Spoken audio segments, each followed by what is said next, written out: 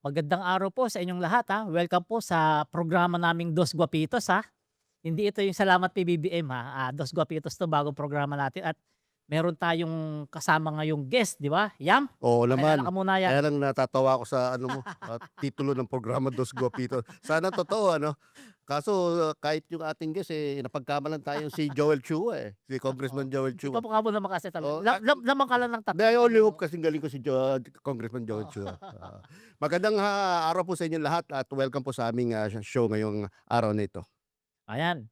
So, mga kababayan, huwag natin patagalin. Ipakilala natin 'tong isang matinding guest natin, ha. Ito palang guest natin, magaling 'to na doktor. Sa katunayan, siya ang isa sa pinaka-bokal at matapang na kongresista natin sa Kamara. Walang iba kung hindi si First District ng Iloilo Representative Janet Garin. Ma Presensya po ma'am sa Bati viewers muna natin po ma'am. kayo. Magandang umaga at ako'y ikinagagalak kong makasama ang Dos Guapitos. Naks. Ma'am, pero bago ang lahat 'no, bago ka namin tanungin, on behalf of the Filipino people, 90% ng, mga Pilipinos, magpapasalamat po kami sa'yo at sa mga congressman sa naging, sa ginawa niyo sa pagpapasa ng, articles of impeachment na pinadala kahapon sa Senado. Maraming salamat po for your You're service. welcome, pero ito ay constitutional mandate namin. Obligasyon Yes. ng bawat miyembro ng Kongreso na gampanan ang tungkulin namin, lalo't lalo na it's all about accountability, transparency, and our constitutional mandate. Yes ma'am. Nung ano ma'am, tanong ko lang ma'am, nung nagkakabotohan ma'am, expected niyo ba na mahihigitan pa yung 2025 na boto pabor sa impeachment? Yung unang-una 'no, nasa Committee on Justice pa lang, Opo. akala namin hindi.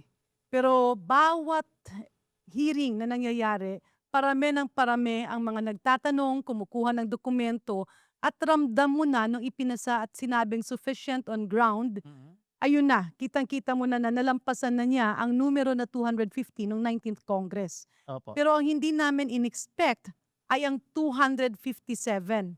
Wala pa diyan yung presiding officer kasi hindi na siya bumoto dahil presiding officer siya. Supposed to be it was 258. Opo. Ma'am, kami mga vloggers 'no, may kanya-kanya rin kaming, fearless forecast tungkol sa magiging boto. Ako personally, several days before the votation nasa 212 to 215 ang aking count 'no. Pero ang naging actual count ay overwhelming 257 'no. Ano po ang nagdala sa 257 na congressman na pumabor sa impeachment na 'to? Yung ebidensya ba na nailatag sa, House Justice Committee o meron pa bang iba?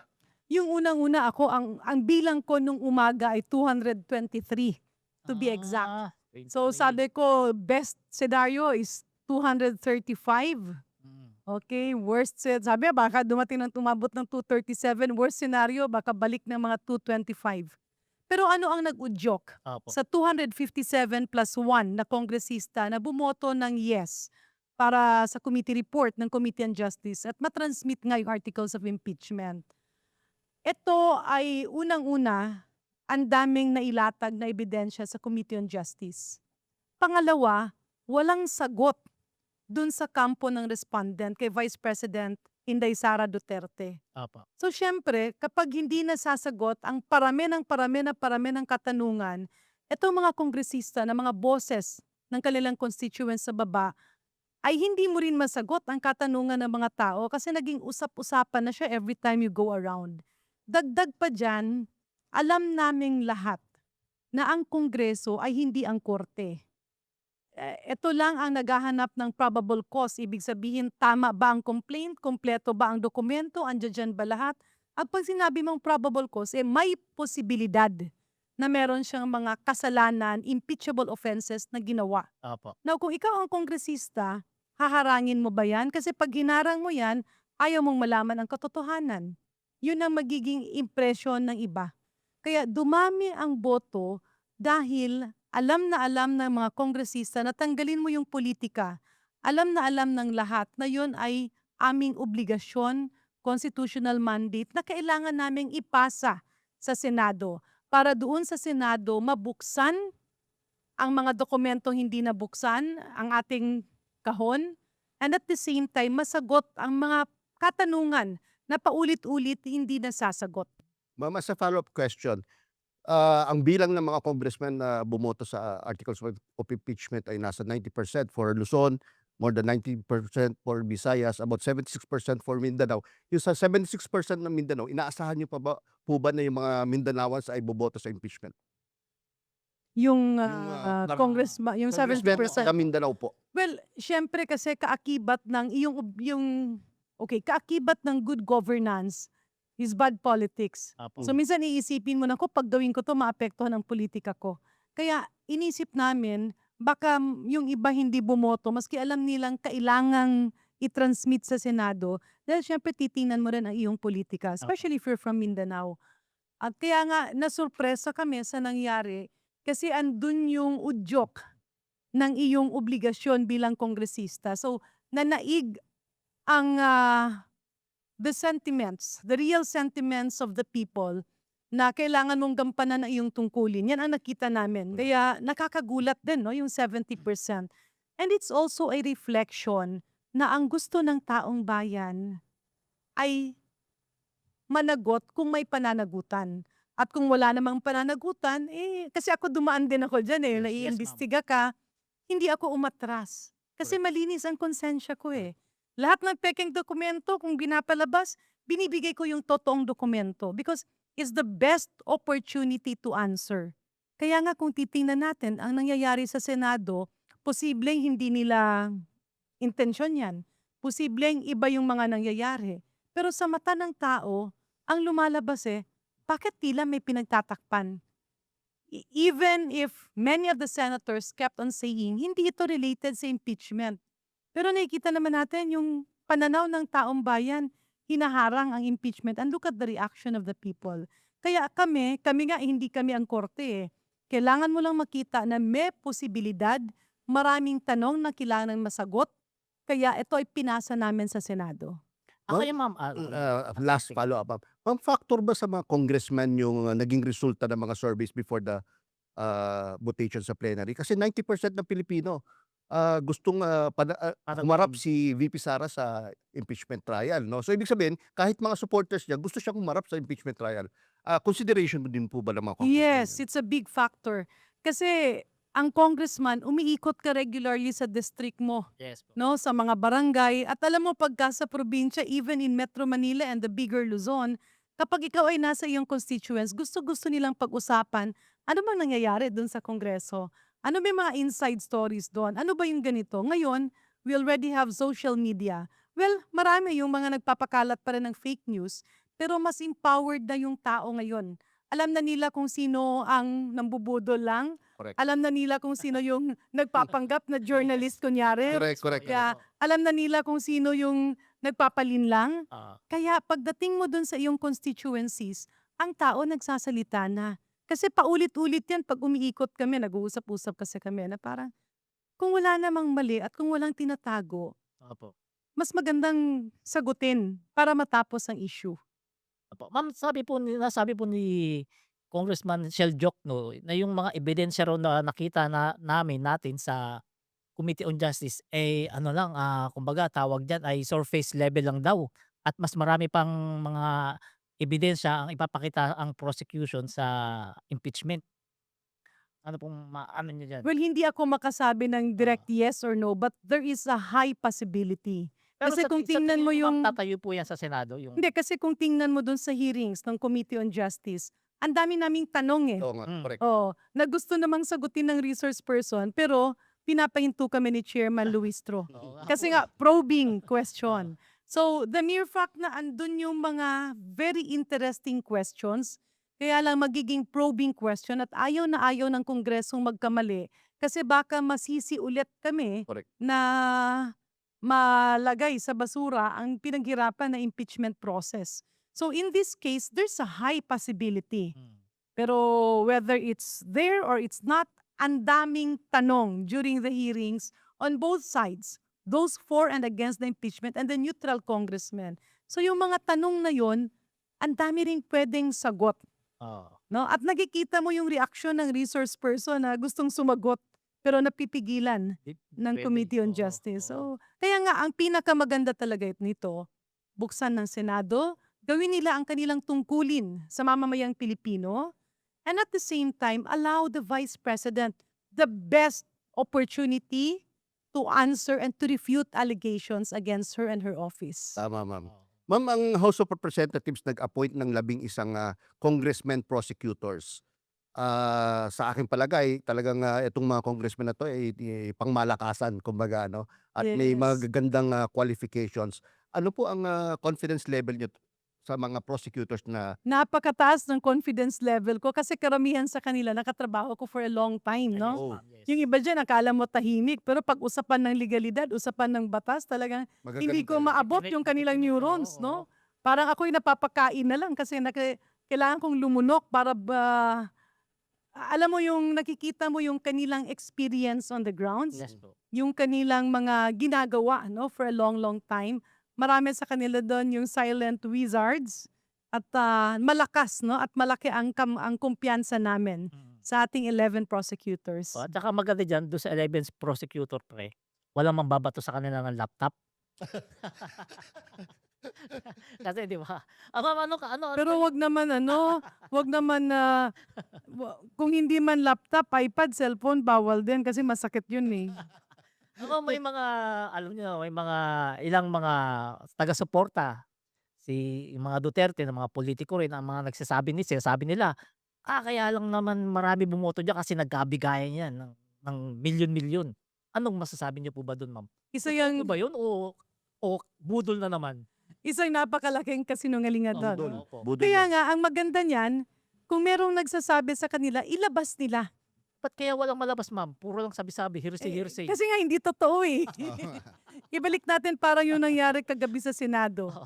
Di ba lumabas si Senate President, ang sabi niya, 4 na senador ang tinawagan at sinabihan na huhulihin si Senator Bato.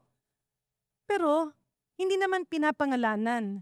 Alam mo, napaka-importante, pangalanan yung 4 na senador na yon at magsalita sila sino ang tinawagan, nagbigay sa oo. kanila ng impormasyon na i-vacate at magkakagulo. Sino ang nagbigay ng peking balita? Sino ang nambudol sa kanila? Kasi nagkagulo-gulo tuloy.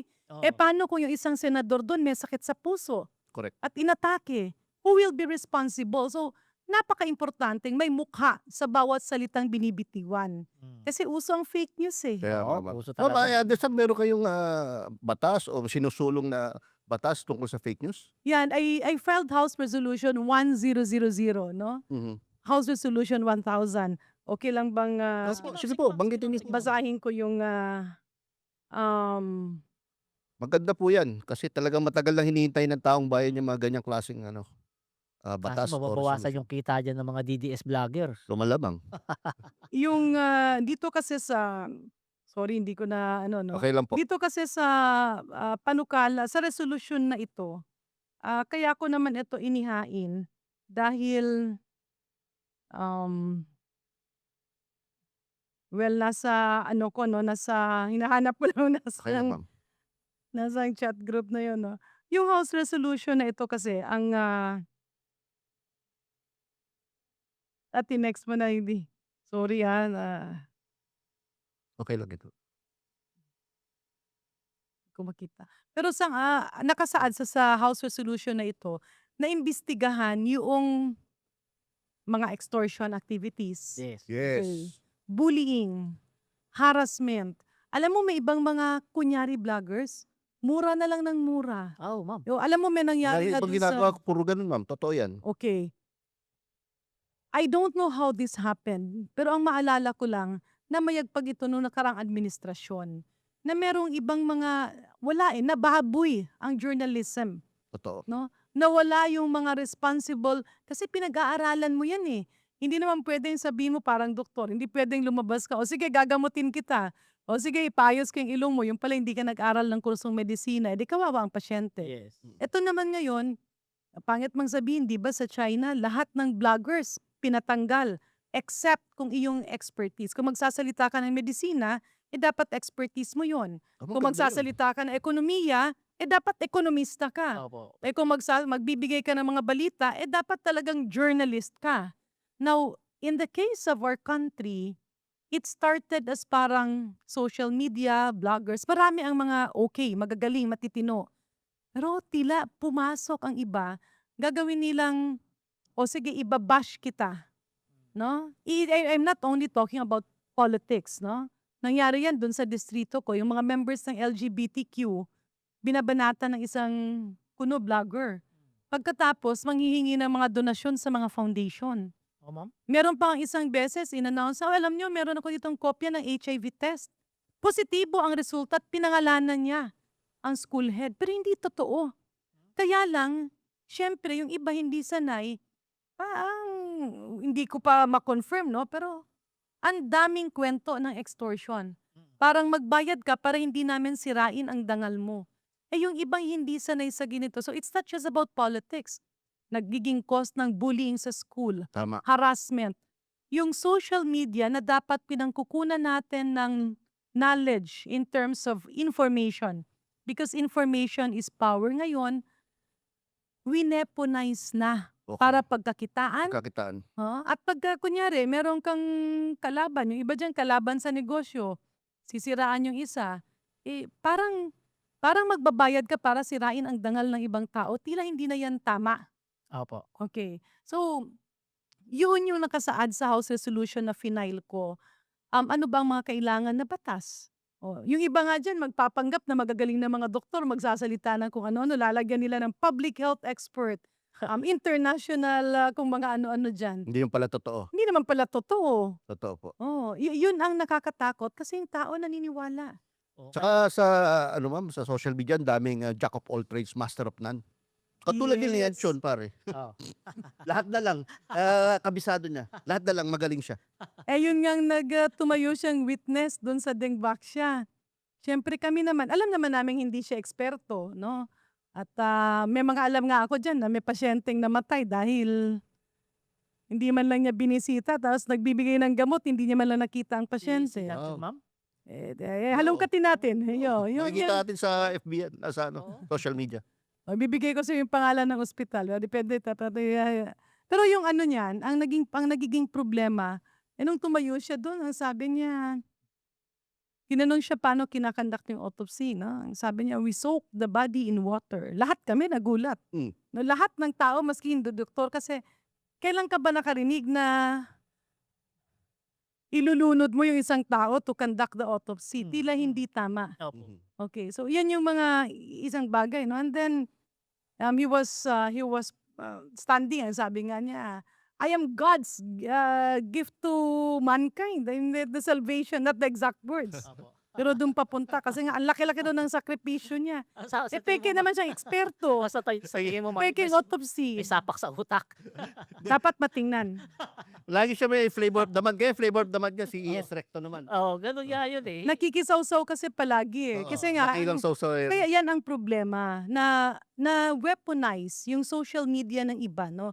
Yung iba nga kasi kung talagang eksperto ka, maghihintay ka na may tatawag sa'yo, may mag-i-interview sa'yo, even among doctors, no? Yes, ma'am. Pero yung iba diyan, hindi ka ba magtataka, sila yung tawag ng tawag sa mga stasyon, sila yung tawag ng tawag sa mga media, "Uy, interviewin niyo naman ako." Di ba? Oo.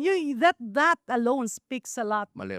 no? Oo. So, res ipsa loquitur, the Oo. thing speaks, the action speaks for itself. Oo. Yes, Dapat na imbestigahan talaga yan. Yes, Garin, kanina meron akong content. Ang titulo ng aking content ay House of Representatives, ang tawag dito, i-praise at ang Senado ay kondenahin. Parang ganun ang Viral tema na yun, viral. Viral na siya ngayon. Pero ang karamihan ng mga comments doon ay talagang kinukonsider ang mga congressman na bumoto sa impeachment na mga hero. At hindi lang Pero, yan, ha? pero Sige, ang sige. problema, palirista, ang tingin naman ng mga tao sa mga nasa Senado ay talagang dapat kondenahin talaga. At may nabasa akong comment dun sa post mo na yun na sabi, sana yung mga kongresista na lang ang tumakbong senador sa 2028. Oh, totoo yan.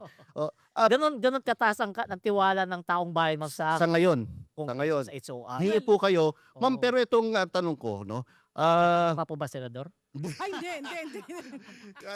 Hindi, pero ako bawiin ko lang. ha. Joke lang yun. Ay, hindi, Opo.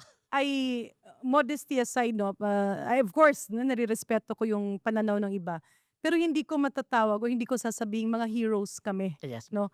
Kasi yung pagboto upang i-transmit yung articles of impeachment at tanggapin yung committee report, obligasyon namin yun eh. Correct. Yes, ma'am. Trabaho namin yun eh. No? Ngayon, ayaw ko namang i-prejudge yung Senado. Pero siguro, ang nagiging mahirap doon, parang pumasok yung kanya-kanyang intriga, kanya-kanyang bulong. Oh, kasi kahapon pa lang maaga pa sa, I think around 3 o'clock sa Kongreso, meron na dong, di ko na lang papangalanan, meron na dong nagsasalita na isang congressman na kinukumbinsi kami na huhulihin daw si Senator Bato na kami naman nagtataka. So, it's our obligation. We are not heroes, pero sa pananaw ko, kapag humarap ang akusado, sagutin niya ang mga katanungan at itong ating kung merong mga mas testigo na lalabas at ipapakita sa taong bayan ang katotohanan, they are our real heroes. Oh, Ma'am, yun nga po ang susunod ko sana, kasi yung mga kababayan natin, kahit positive sila sa ginawa ng mga congressman, nangangamba naman sila sa Senado dahil simula nang nagkaroon ng pagbabago ng liderato, puro gulo na lang nangyari. Kayo po ba, ano bang nakikita nyo sa mangyayari sa impeachment trial sa Senado? Nakakalungkot mang sabihin, no? Ako siguro, andun pa rin, hinahawakan ko pa rin yung pag-asa na nagkaroon lang ng mga miscommunication. Kasi, syempre, dumating si Senator Bato, nagpalit ng liderato sa Senado. Tapos, nagkaroon ngayon ng botohan na gawing Zoom or virtual na yung Approve na mga po ba yun? botohan. Sa pagkakaintindi ko, Yung kay Marcoleta na no? So, pero andun na siya, no? file Siya. na, naka-file na. Naka-file na siya. So, ito yung mga bagay posible kasing iba ang kanilang gusto. Pero, ngayon naman, nawala ulit si Senator Bato. Tapos, merong mga nagkakaputukan. I think kailangan talaga na maayos ito kasi kailangan nating ibalik ang tiwala ng taong bayan. At naniniwala ako, no?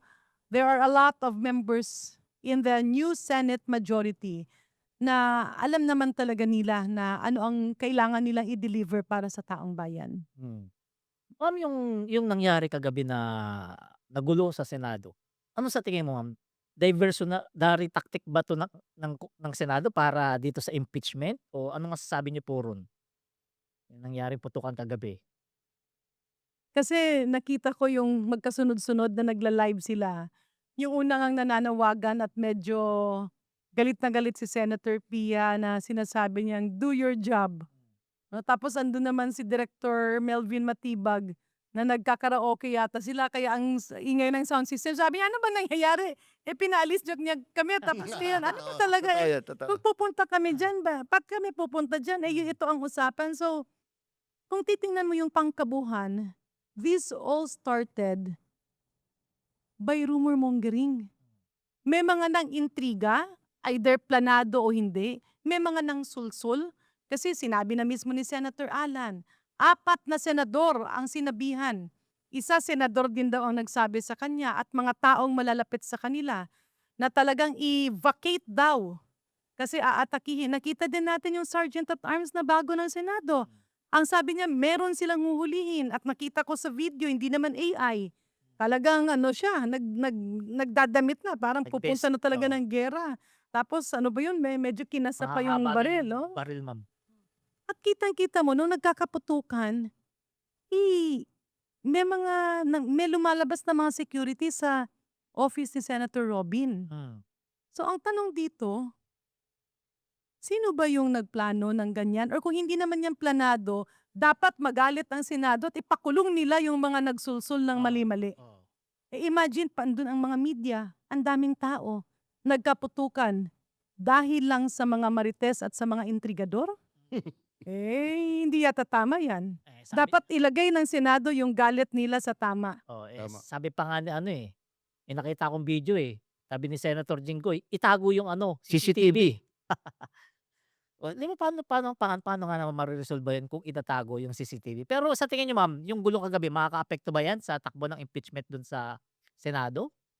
Madi-delay ba o matitiway na naman? Sa totoo lang, ang dumating kagabi is, kasi sabi nga nila, i-transmit na, Opo. voluminous yun. Kailangan pa certified true copy each page. Wow. Ganun yun, libo-libo yun, 50 copies. Eh nung dumating na dun yung SecGen, timing naman yun na nagkagulo, meron na mga kung ano-anong intriga, eh maghahatid lang ng articles of impeachment. Hindi kaya sinadya yun, ma'am? Yun ang hindi natin masabi, pero ang nangyari lang kasi, walang public claim, walang, alam mo yon, walang public outrage na merong iba, no? Pero isolated. Eh kung sakaling nangyari no, nasasabihin ng mga tao na, oh hindi, protect Senate. Tapos, yung dumarating pala, eh mga empleyado ng Kongreso, eh di nagkasakitan pa ng Oo. todo. So, yan talaga ang, and naniniwala ako na mananaig ang liderato ng Senado. That's why Senator Alan Cayetano has to really immediately conduct an investigation. Kasi kilala niya yung mga senador na binulungan. Sino yung nagbulong? Si Sergeant at Arms naman, sinabi niyang may huhulihin sila. Sino nagbigay ng order? Correct. Ano ang basehan niya? Ito yung mga katanungan na dapat masagot. Dahil kaakibat ng kumpiyansa ng taong bayan sa Senado, ang kumpiyansa nila sa Kongreso. DS Garin, sinabi ni Tito Sen na nangako daw si SP Alan Peter Cayetano sa kanya bago sila magpalit ng liderato na susundin yung gusto ni dating SP Soto, na kapag natanggap yung articles of impeachment, kunyari kahapon, the following day, i-convene na agad yung impeachment trial. No? Pero mukhang mukhang di na ata mangyayari ngayon yan. Dapat ngayon po yun. No? So kailan po yung inaasahan na makukonvene ng impeachment trial? Well, hindi dapat patagalin ng Senado. Kasi ang kawawa niyan si VP Inday eh. Alam mo, pag hindi mo itutuloy, ang isipin tuloy ng tao, guilty. Alam mo, di ba, may kasabihang silence means yes. Yes. No? Evading means guilt. Eh, hindi yata tama rin yun. Kaya lang, dito lang tayo sa gilid-gilid eh. Pero, if I were in the shoes of members of the Senate, regardless of political affiliation, dapat buksan, dapat mapakinggan, and it's the best opportunity to cleanse the name of the Vice President.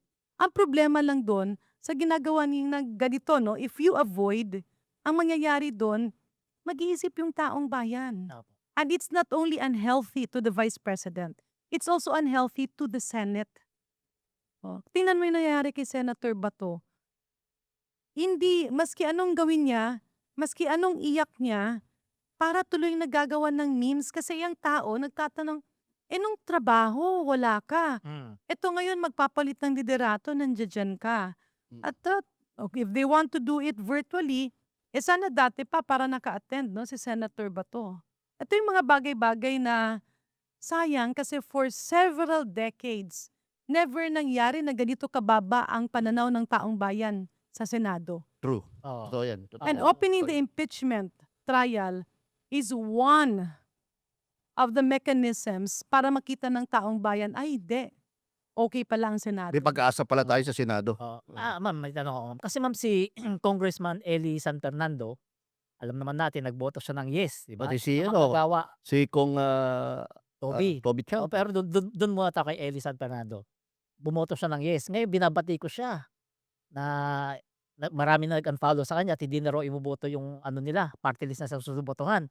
Kayo po ma'am, yung pagboto mo ng yes, hindi ka ba natakot na gano'n na baka hindi ka suportahan ng mga Pag Babae. malinis ang Iloilo. konsensya Oo. mo, kapag malinis ang konsensya mo at ginagawa mo lang yung tungkulin, wala kang dapat ikatakot.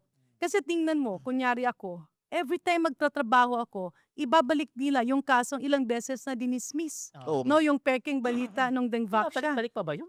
Ang totoo niyan kung titingnan mo. Minsan, Oo. Binabalik yan. Kunyari, andun sa impeachment, magtatanong ako.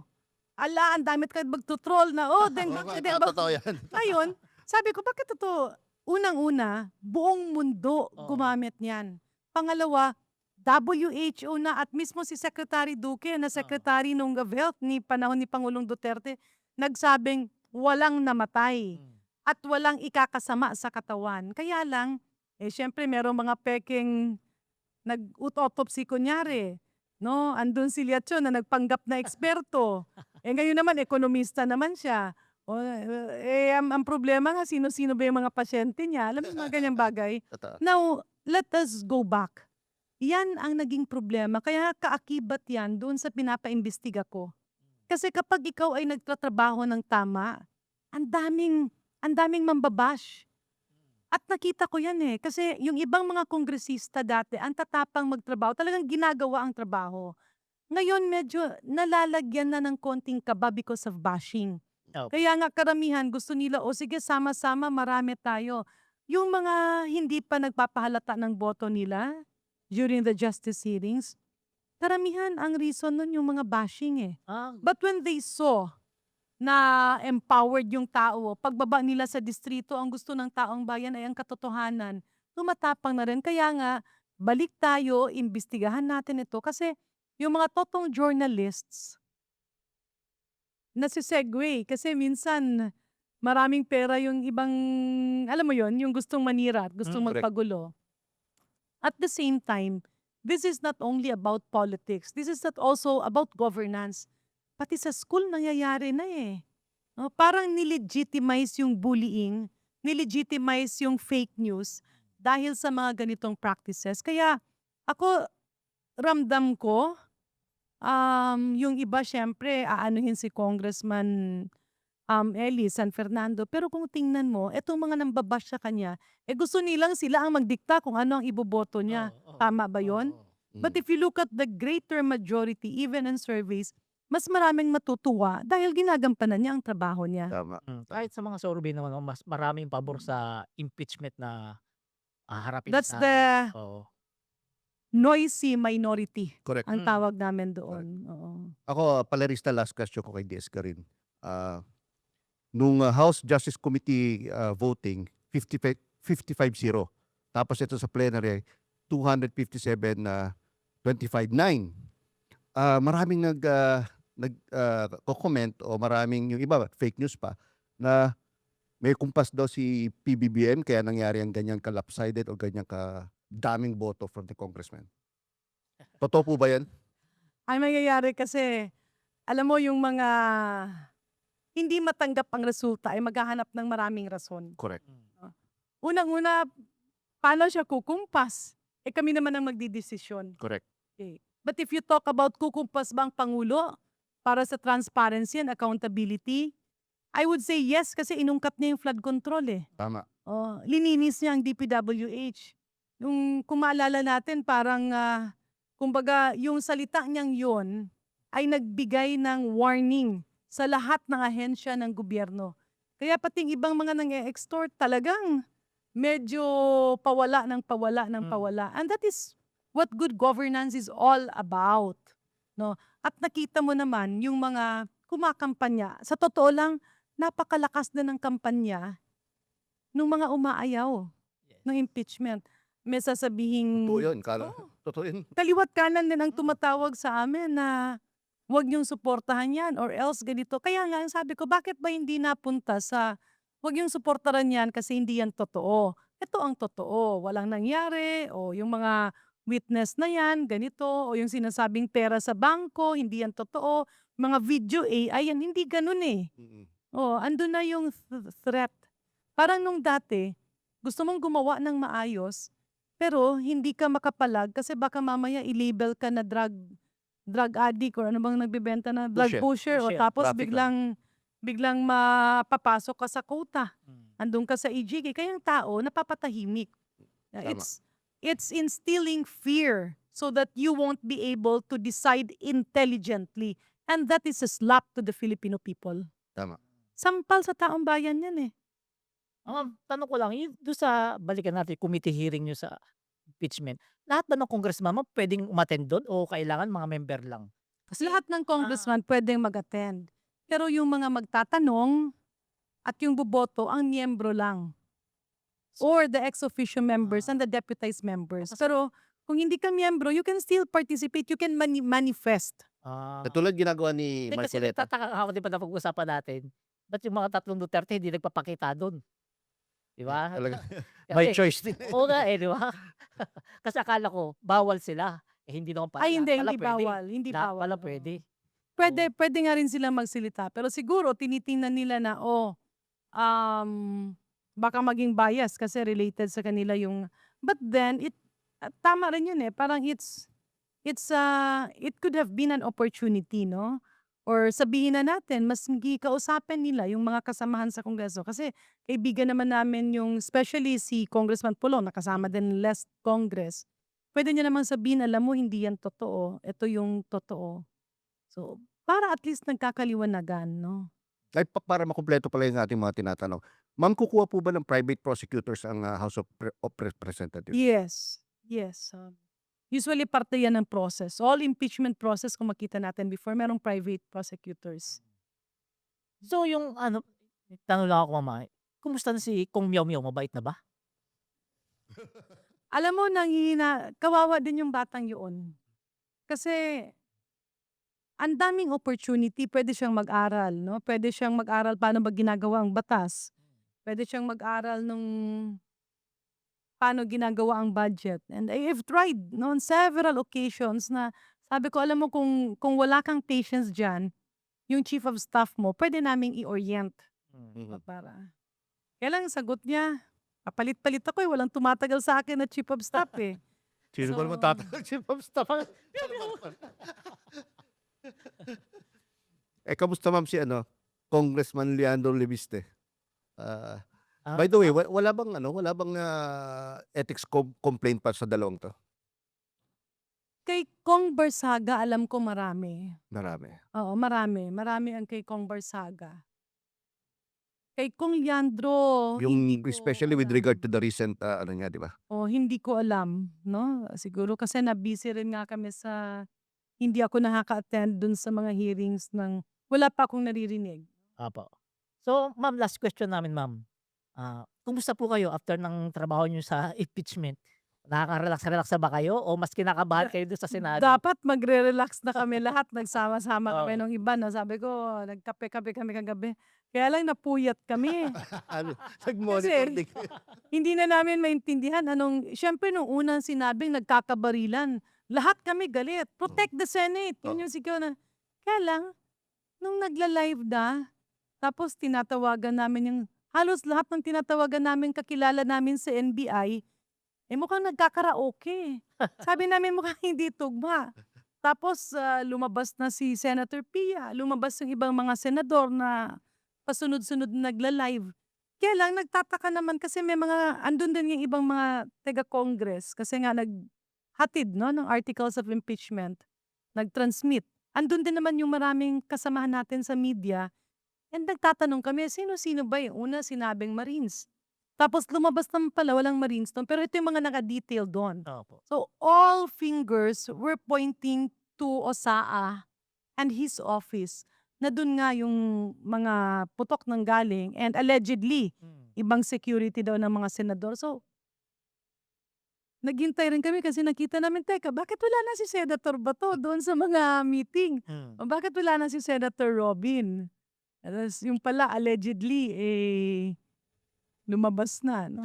Yan ang nakakatawa, palirista, eh. Sa lahat naman nagkakagulo, nagkakabarilan, meron nagbo-buffet pa. Oo. At At saka yung mga selfie nila nagtatawanan pa. nakangiti pa lahat. Nagtatawanan pa. Pero alam mo anong hindi maganda dito? Bilang isang Pilipino, nakakahiya yung nangyari. Nakakahiya talaga. Imagine, ang dami kong mga kakilala abroad, mga foreigners. What's happening in your country? Oh, are you okay? Ang dami, sabi ko, no, no, no, we're good. Tapos yung iba, ito ang masakit yung mga text na, we don't think it's safe to go to the Philippines. Yun nga, eh. Parang sayang Mga naman. foreigner It's yan, a ma'am. waste. Ang Kaibigan. ganda-ganda ng bansa nyo. Kasi syempre gusto nila dito, may Bohol ka, meron kang Palawan, may Boracay ka. Again, ang tourism natin ay affected dahil sa nangyari kagabi. All because, no, kung titingnan namin yung mga ilang congressman kasi kaming magkakasama at nagkakape kagabi, kung titingnan namin, parang lahat ito ang pinanggalingan. Fake news again. Oo nga. Tsaka nakakahiya na parang andali palang kuryentehin ng isang ahensya ng gobyerno. Ay. Yun talaga, how will it affect our reputation? How will it affect our tourism? How will it affect investors coming to the Philippines? Na naipapakita natin na isang kurot lang, isang sulsul lang, naniwala na kaagad.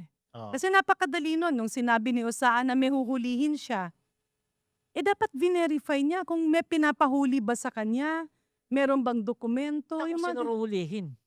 yun nga, eh. Tapos nakikita mo wala pang barilan, sila yung nagdadamit, Hmm. sila yung, talagang kung titingnan mo papunta sa giyera, eh, Oo. oh.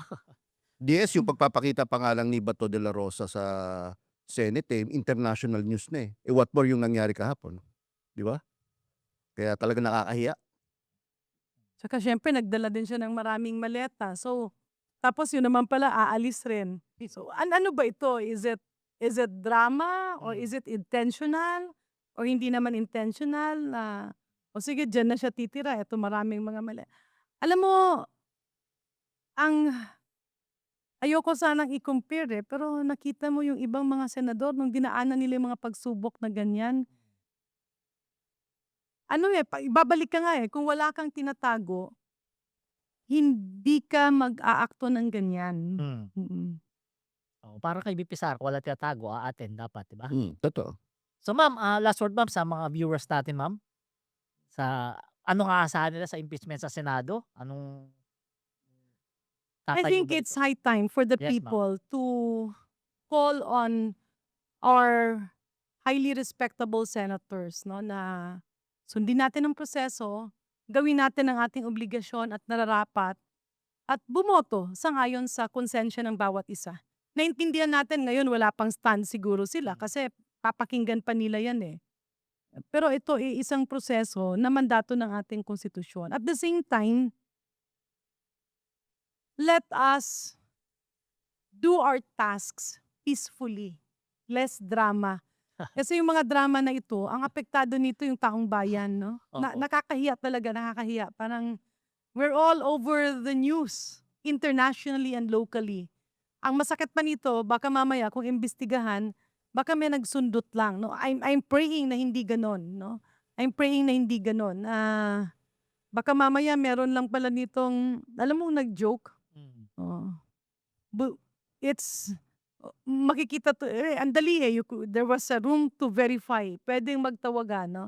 And, siguro yun nga ang sinasabi ni Senator Alan, 'no, na all emotions are high, all Hmm. emotions are up. But again, uh, we should always exhume calmness when under pressure kasi that's why we're called leaders of our respective constituencies.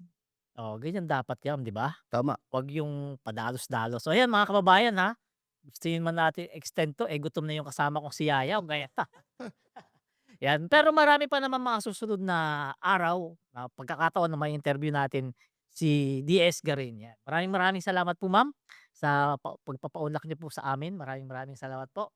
So 'yan, final Mga kababayan, subaybayan po natin ang, mangyayaring impeachment trial sa Senado at, bantayan po natin kung, ang Senado natin ay talagang nirerepresent ang taong bayan o ang isang pamilya o isang tao lamang. ah, Kaya maging, ano po tayo, mapagmatyag, 'no, makisali tayo sa mga usapin at siguraduhin natin na kung anong totoo yun ang manaig. ayan mga kababayan, maraming maraming salamat sa pagsuporta niyo sa'min sa panonood dito sa ating Dos Guapos programa. So, ayan maraming maraming salamat po. Magandang gabi po, magandang tanghali po.